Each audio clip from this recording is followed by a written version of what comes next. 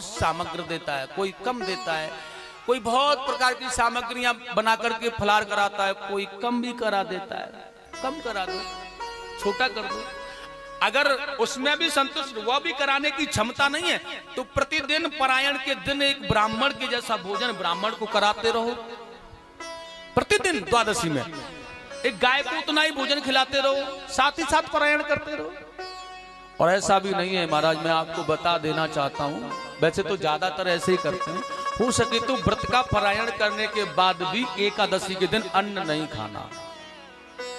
ऐसा नहीं कि हम व्रत का पारायण करते हैं तो एकादशी से छूट गए हैं, नहीं, भोजन नहीं, अन्न नहीं खाया जाता। माताएं अक्सर करके बड़े बुजुर्ग जन होते हैं, न जानकारी में गलतियां करते हैं, भोजन नहीं, कुछ भी और खाओ लेकिन भोजन अन्न तो बिल्कुल नहीं, क्योंकि व्रत हमने जो रखा है ना वो हमारे साथ है, उसका जो पुण्य हमारे साथ है, इसलिए हमें अन्न उस दिन नहीं खाना चाहिए हो सके तो। बाकी तो अधिकतर लोग अपने हिसाब से चलते हैं, जैसा भी जिसका।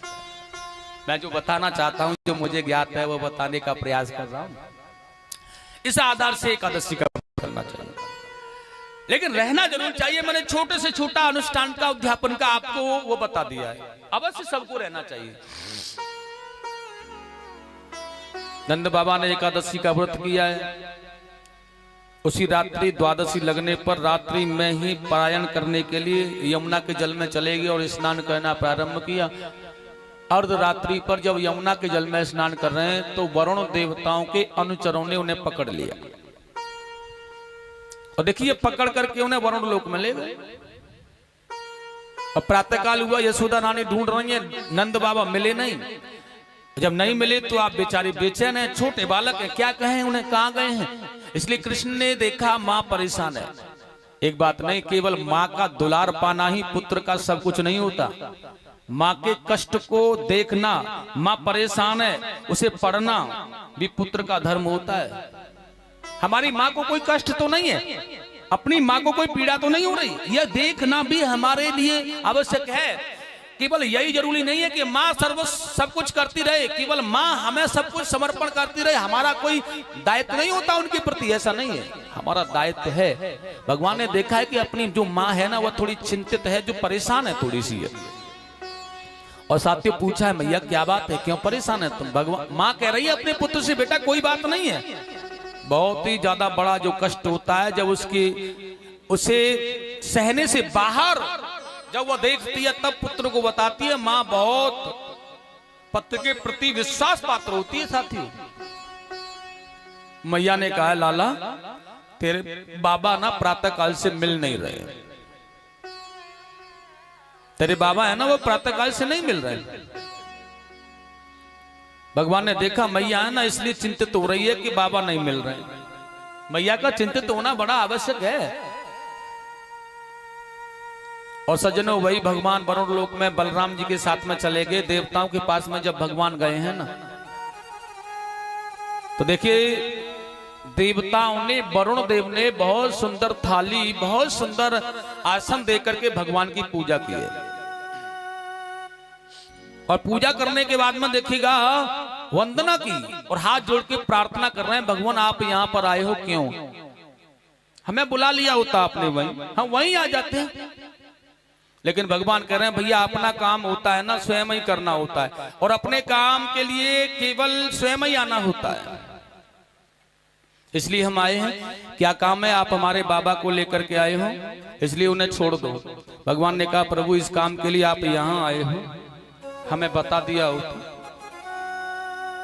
भगवान कह रहे हैं देखिएगा आप समझ लेना इस बात को, बड़ा वह होता है जो अपने बल का प्रयोग नहीं करता किसी काम को कराने में। बल के प्रभाव से व्यक्ति डरता है, इसलिए डर के काम कर देता है, लेकिन सरलता के भाव से जब वो काम करता है ना तो भाव से काम करता है, प्रेम से काम करता है, यह ध्यान रख लेना।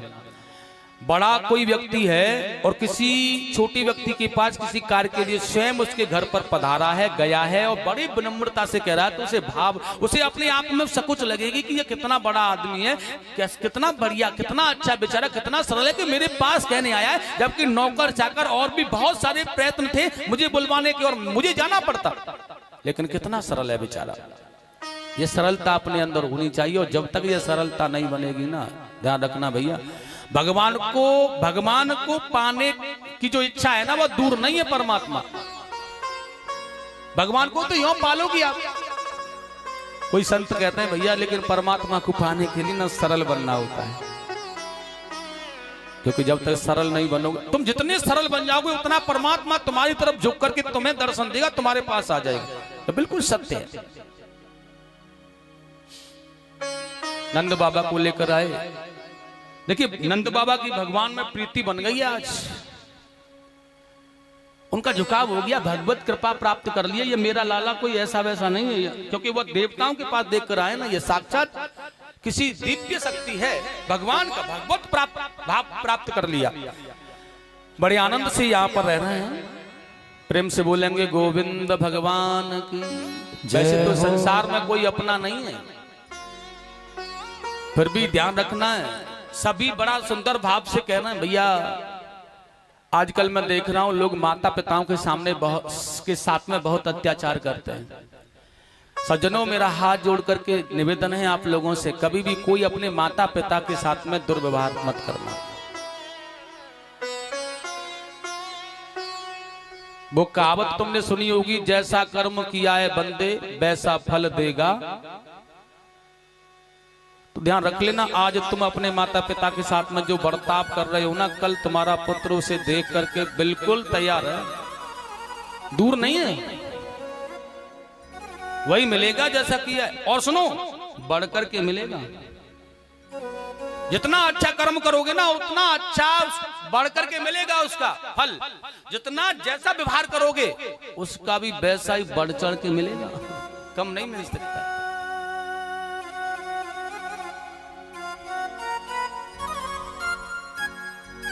कसम बादे प्यार वफा सब बातें हैं बातों का क्या, कोई किसी का नहीं जगत में, कोई किसी का नहीं जगत में, नाते हैं नातों का क्या, कसम बादे प्यार वफा बात है बातों का क्या, कसम बादे प्यार वफा सब बात है बातों का क्या, कोई किसी का नहीं जगत में, कोई किसी का नहीं जगत में, नाते हैं नातों का क्या, कसम प्यार में बातें प्यार वफा सब बातें हैं बातों का क्या, कसम बादे प्यार वफा सब बातें हैं बातों का क्या, कोई किसी का नहीं जगत में, वो नाते हैं नातों का क्या, कसम बादे प्यार वफा सब बातें हैं बातों का क्या। मैं एक दिन मोबाइल पर देख रहा था, हमारे वृंदावन में गौरी गोपाल आश्रम से अनुपधाचार्य जी महाराज की एक वीडियो थी। उनके यहाँ बहुत सी माताएं हैं, उनकी एक व्यक्ति अपनी मां को लेकर के आया, उस मंच पर आकर के कह रहा था उनसे, भैया प्रभु जी मैं अपनी माँ को यहाँ छोड़ना चाहता हूँ। उन्होंने कहा भाई तू अट्टा कट्टा सा है, अपनी माँ को यहाँ छोड़ के जा रहा है, क्यों? क्योंकि ये और भी माँ तो रहती है यहाँ पर, जैसे ये और रहती है ऐसे मेरी माँ को भी आप रख लो। उन्होंने कहा हम तो सभी माँ को रखते हैं, लेकिन तुम इस प्रकार से अपनी माँ को छोड़ करके जा रहे हो, ये सही नहीं कर रहे हो। लेकिन जब मैं उसको देख रहा था ना, एक सर्विस करने वाला, लाखों कमाने वाला व्यक्ति अपनी मां को अपने हाथों से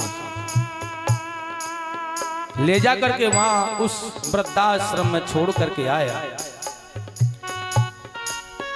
सज्जनों, मेरा हृदय बहुत कमजोर है, आप यह समझिए। मैं उस वीडियो को देखते देखते इतना रोया, बिल्कुल कोई अनाथ माता पिता हैं, संसार में उनका कोई सहारा नहीं है, तो वृद्धाश्रम में रहकर अपने जीवन को यापन कर सकते हैं। लेकिन जिनके पुत्र हैं, जिनकी बेटियां हैं, और वह पिता, और वह भी लाखों कमाने वाला है, अगर उसकी माँ, और वह स्वयं माँ नहीं, स्वयं अपनी माँ को वहां जाकर के छोड़ रहा है और कह रहा है कि मैं अपनी माँ को यहीं छोड़ना चाहता हूँ। कितनी शर्म की बात है। उसे तो बिल्कुल चुल्लू भर जल में डूब के मरना चाहिए। ऐसा अपने माता पिताओं के साथ में जो बर्ताव करता है। इसलिए क्या है, जिस माँ ने तुझे 9 माह गर्भ में रखा, आज तू उस माँ को अपने हाथों से, वो माँ कभी सोच रही होती थी, आज जब तेरी सेवा कर रही होती है ना, जब तुझे वो अपने कोख में पाल रही होती है, तो केवल यही भाव होती है कि आगे चलकर के ये मुझे बड़ा सुख देगा। लेकिन वह पुत्र अपनी माँ को दर दर की ठोकर खाने के लिए विवश कर देता है ना, उसकी माँ, उस माँ का कितना बड़ा दिल दुखता है, कितना बड़ा वह रोती है। इसलिए बड़ा सुंदर कहा है किसी ने, कसम बातें प्यार वफा सब बातें हैं, बातों का क्या। कसम वादे प्यार वफा सब बातें हैं, बातों का क्या। कोई किसी का नहीं जगत में, कोई किसी का नहीं जगत में, नाते हैं नातों का क्या। कसम वादे प्यार वफा सब बातें हैं, बातों का क्या।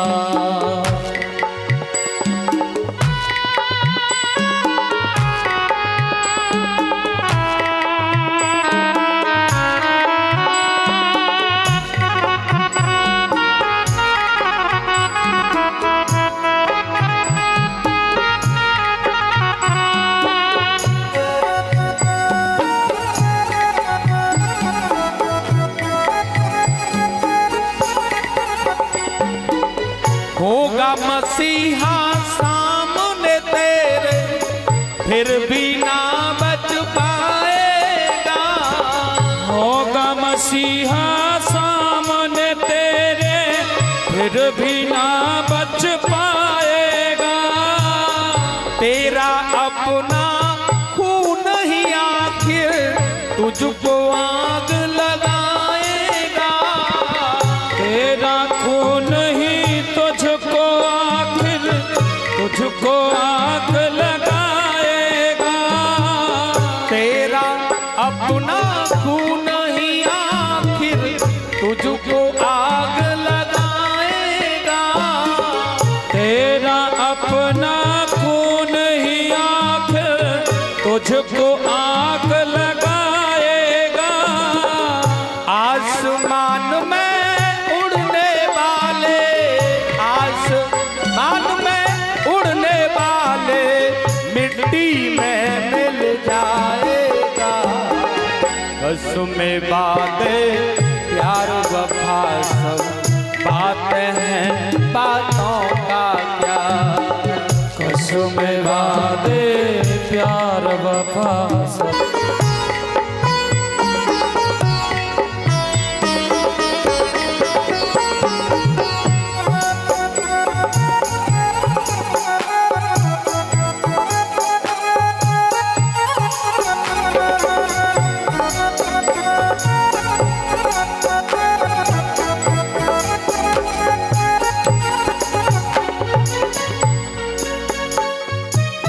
सुख में तेरे साथ चलेंगे, दुख में सब मुख मोड़ेंगे। सुख में तेरे साथ चलेंगे, सुख में सब मुंह मोड़ेंगे। हाँ, अगर पिताजी को पेंशन मिल रही है अगर माँ को पेंशन मिल रही है फिर नहीं जाने देगा कहीं। 50,000 आ रहा है ना पेंशन में, फिर तो कैसे भी करके रहे मैया पास में। मतलब के हैं ये सब, और ये नहीं है तो फिर माता पिता को घर से निकाल दो। अब जरूरत क्या है इनकी साहब? अब ये किस काम के हैं? भजन करें जाकर के, लेकिन पेंशन मिल रही है, नौकरी मिल रही है, तो फिर अपने ही है, फिर नहीं। सुख में तेरे साथ चलेंगे, दुख में सब मुख मोड़ेंगे। ओ सुख में तेरे साथ चलेंगे, दुख में सब मुंह मोड़ेंगे। दुनिया वाले तेरे बनकर तेरा ही दिल तोड़ेंगे। दुनिया वाले तेरा बनकर तेरा ही दिल तोड़ेंगे। दुनिया वाले तेरा बनकर तेरा ही दिल तोड़ेंगे। दुनिया वाले तेरा बनकर तेरा ही दिल तोड़ेंगे। देते हैं भगवान को धोखा, देते हैं भगवान को धोखा, इंसान को क्या छोड़ेगा। कसम बातें प्यार वफा सब बातें हैं बातों का क्या। कसम बातें प्यार वफा सब बातें हैं बातों का क्या। कोई किसी का नहीं रे जग में, कोई किसी का नहीं है जग में। नाते हैं नातों का क्या। कसम बातें प्यार वफा सब बातें हैं बातों का क्या। कसम बातें प्यार वफा सब बातें हैं बातों का क्या।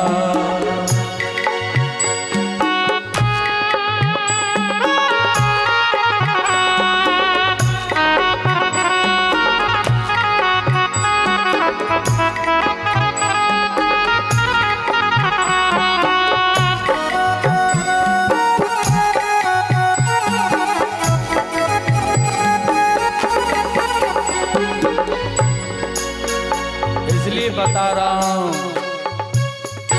यह सब कब मिलेगा?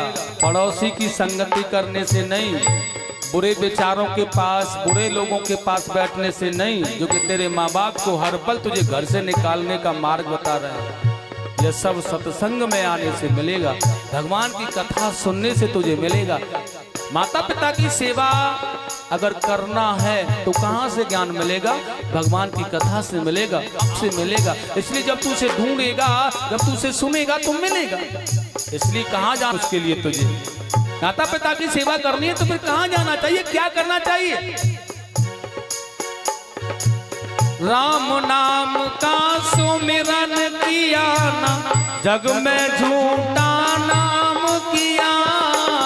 राम नाम का सुमिरन किया न, जग में झूठा नाम किया। सही समय पर प्यारे तूने कृष्ण नाम का न जाम पिया। सही समय पर तूने प्यारे कृष्ण नाम का न जाम पिया। कृष्ण नाम का न जाम पिया। कृष्ण नाम का न जाम पिया। चला गया बेकार ही जग से, चला गया बेकार ही जग से, नातों को क्या छोड़ेगा। कसम बातें प्यार वफा सब बातें हैं बातों का। कसम बातें प्यार वफा सब बातें हैं बातों का क्या।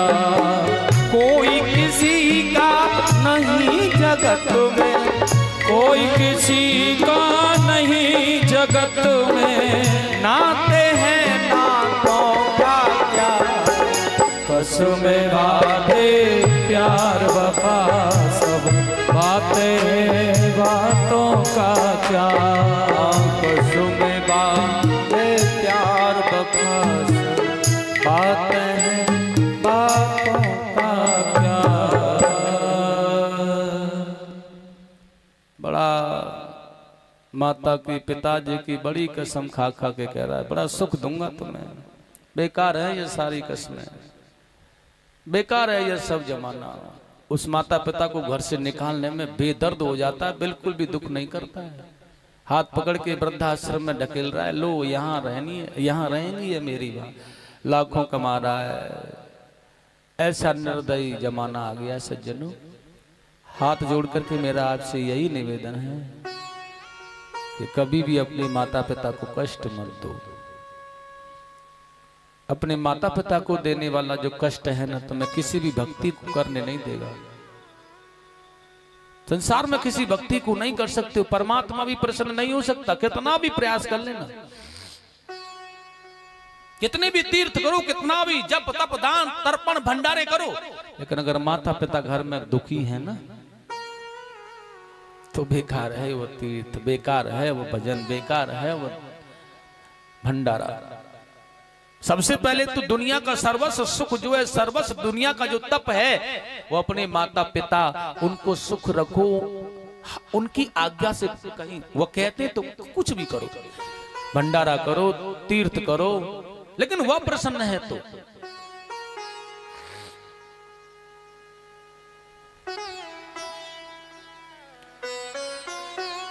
भगवान ने अपने माता पिताओं को प्रसन्न करने का हर पल प्रयास रखा, उनकी आज्ञा का हर पल पालन करने का सोचा। यह कथाएं क्या है? हमारा मार्गदर्शन कर रही हैं, हमारे ये आदर्श हैं, कैसे चलना है, किस पथ पर चलना है, और उस पर चलने का मार्ग बता रही हैं यह कथाएं। अगर हम इसे नहीं सुनेंगे, नहीं ग्रहण करेंगे, अपने जीवन में उतारेंगे नहीं, तो कुछ नहीं मिलेगा। आगे सुखदेव जी ने बहुत सुंदर कहा है भैया,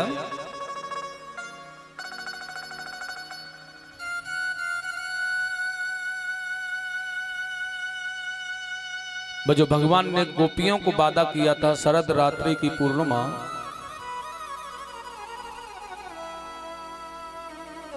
मेरे गोविंद ने आज यमुना के तट पर आकर के ब्रह्मा जी से उनके 6 महीने की रात्रि को मांगा है।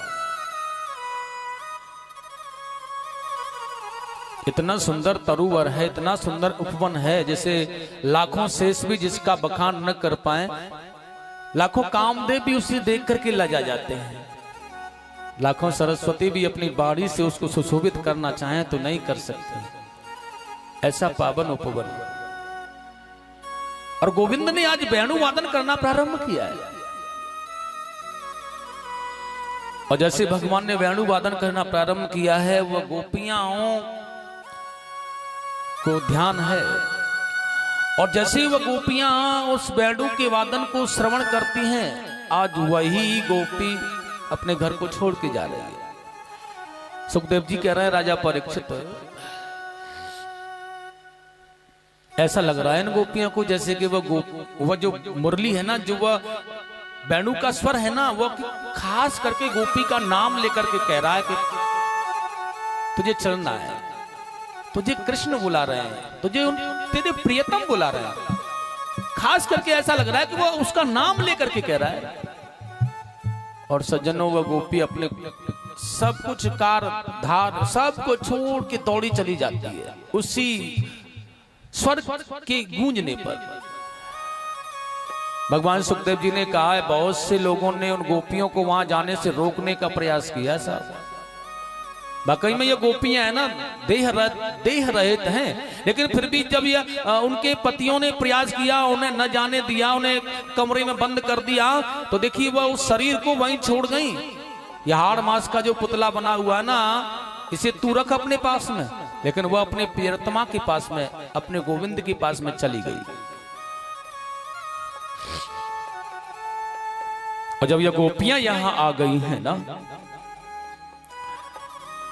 तो स्वामी सुखदेव जी ने बड़ा सुंदर कहा, भैया भगवान ने देखा है सारी गोपियां आ गई हैं, मन बड़ा प्रसन्न है। लेकिन भगवान गोपियों से कह रहे हैं, आज देवियों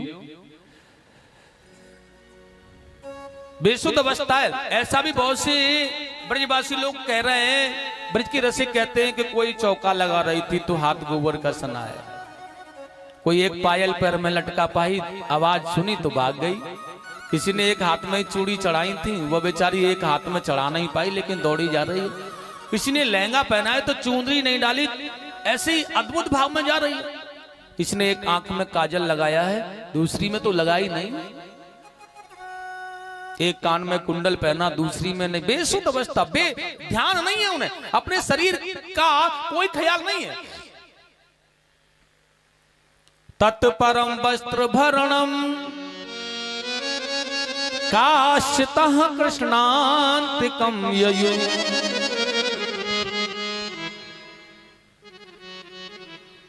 लहंगा धारो शीश पर उड़ी चुंदरी पान। रोके से रुकती नहीं, छोड़ चली घर गाँव। ऊपर का नीचे, नीचे का ऊपर पहन करके बेसुध अवस्था में ऐसी तन का वस्त्र का अपने आप का कोई ख्याल नहीं। गोपियां वहां आ गई भगवान के पास में। ठाकुर जी ने बड़ा सुंदर कहा, जैसे ये गोपियां यहाँ पधारी हैं तो पहले तो बहुत देखिए, मैंने कहा ना कि ये भगवान कृष्ण है ना, ये इतना बड़ा कृपालु है, ये बिल्कुल पका पका करके देखते हैं, ठोक बजा करके। और जब उत्तीर्ण शिक्षा में पास हो जाता है ना व्यक्ति, बहुत आनंद से अपना लेते हैं। गोपियों से भगवान ने कहा, देवियों आप तो एक कुलीन परिवार की पतिव्रता सती नारी हो ना। बोलेंगे संत भगवान की जय हो। यदयान चिरम योष्टम श्वश्रूर हर्षपति न सती। रुदन्ती वत्सा बालाश्च तानं पाययत दोहत। ससून सर्वपति न सती। आप एक कुलीन परिवार की सती पतिव्रता नारी हो। और देवियों, पतिव्रता नारियों का धर्म तो यह नहीं कहता कि अर्धरात्रियों में अपने घर से निकल करके किसी भयानक घने जंगल में आना। और भगवान ने बहुत सुंदर कहा है, देवियों तुम शीघ्र लौट करके अपने घर चले जाओ। इस भयानक जंगल में आने का तुम्हारा कोई तात्पर्य नहीं है। अपने घर, अपने पति के पास, अपने बच्चों के पास, अपनी सास ससुर के पास शीघ्र जाकर के उनके पास रहो। संसार में उनके अलावा कोई सुख नहीं है,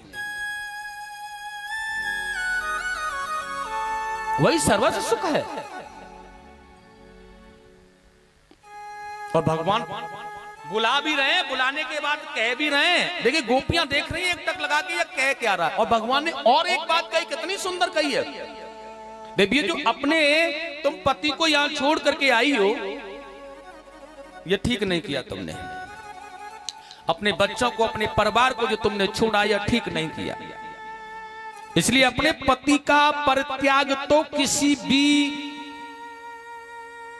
विशेष परिस्थिति में नहीं करना चाहिए साहब। ऐसा कह रहे हैं, किसी भी विशेष परिस्थिति में भी नहीं करना है। भगवान ने उन गोपियों को ऐसा आश्वासन, ऐसा समझाने का भरपूर प्रयास किया है। और कितना सुंदर कह रहे हैं, बड़ा सुंदर श्लोक गाया है यहाँ पर स्वामी सुखदेव जी ने।